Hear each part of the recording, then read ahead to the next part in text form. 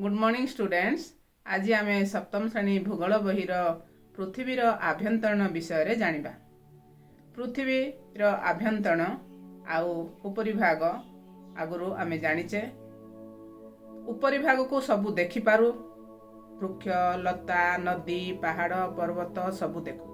पूर्व अध्याय रे मध्य पढ़िच अश्वमंडल वायुमंडल जैवमंडल विषय। किंतु पृथ्वी भितरे कौन अच्छी केबे आमे चिंता करचे? कौन अच्छी कौन नाही सबु जानिबा को थरे चिंता करचे। हौ आज आमे आभ्यंतरण रे कौन कौन अच्छी देखिबा। निश्चित छोट बेले गोटे पृथ्वी बॉल भली, किंतु बॉल भितरे कौन अच्छी आमे केबे देखि न थाउ। तेणु कौतूहल जन्म हुए। बॉल टाको छोट बेले पिला माने काटिकिरी कौन अच्छी देखि थांती। सेही भली आमे पृथ्वीर आभ्यंतरण रे कौन अच्छी आमे जानिबा को हेले गोटे उदाहरण स्वरूप सिझा अंडार उदाहरण नेबा। एहार ऊपर और भीतर अंश सदा सर्वदा परिवर्तनशील बा वर्तुला आकार रे रहिछि।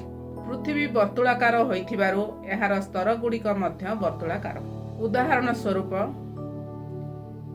अधा सिझा अंडा को आमे जदि देखिबा पृथ्वीर आभ्यंतरण भितरे सहित तुलना कले आमे सबु बुझी पारिबा।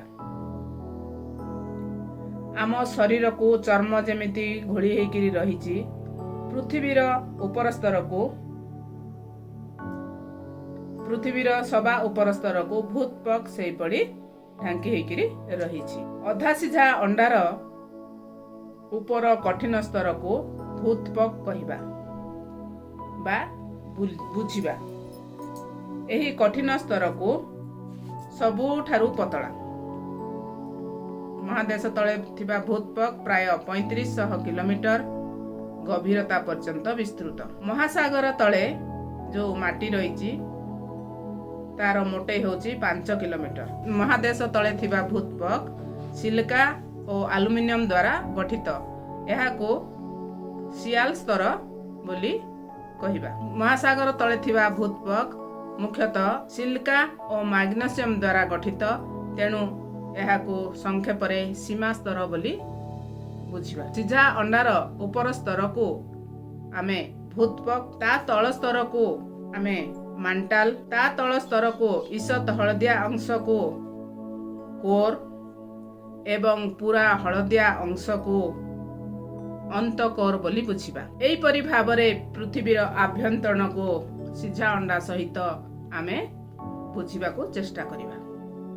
भूतपकर तळको थिबा स्तर मांटाल बा मध्यमंडल कहा जाए। एहा प्राय 2900 किलोमीटर पर्यंत विस्तृत अटे। एही स्तर रे सिलिका मैग्नीशियम सह धातव पदार्थ थिबार जणा जाए। सबुठारु भितरे थिबा स्तर को कोर बा मध्यमंडल केंद्रमंडल कहा जाए। एही स्तरर व्यासार्ध प्राय 3500 किलोमीटर। एहा मुख्यतः लुहा और निकल द्वारा गठित।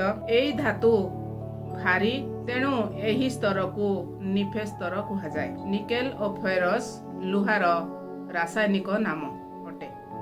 केंद्रमंडल बा कोर स्तर अत्यधिक तापमात्रा और अत्यधिक चाप द्वारा तरल अवस्था रे रही थाए। पृथ्वीर गभीरतम खनि दक्षिण आफ्रिका रे रहिछि।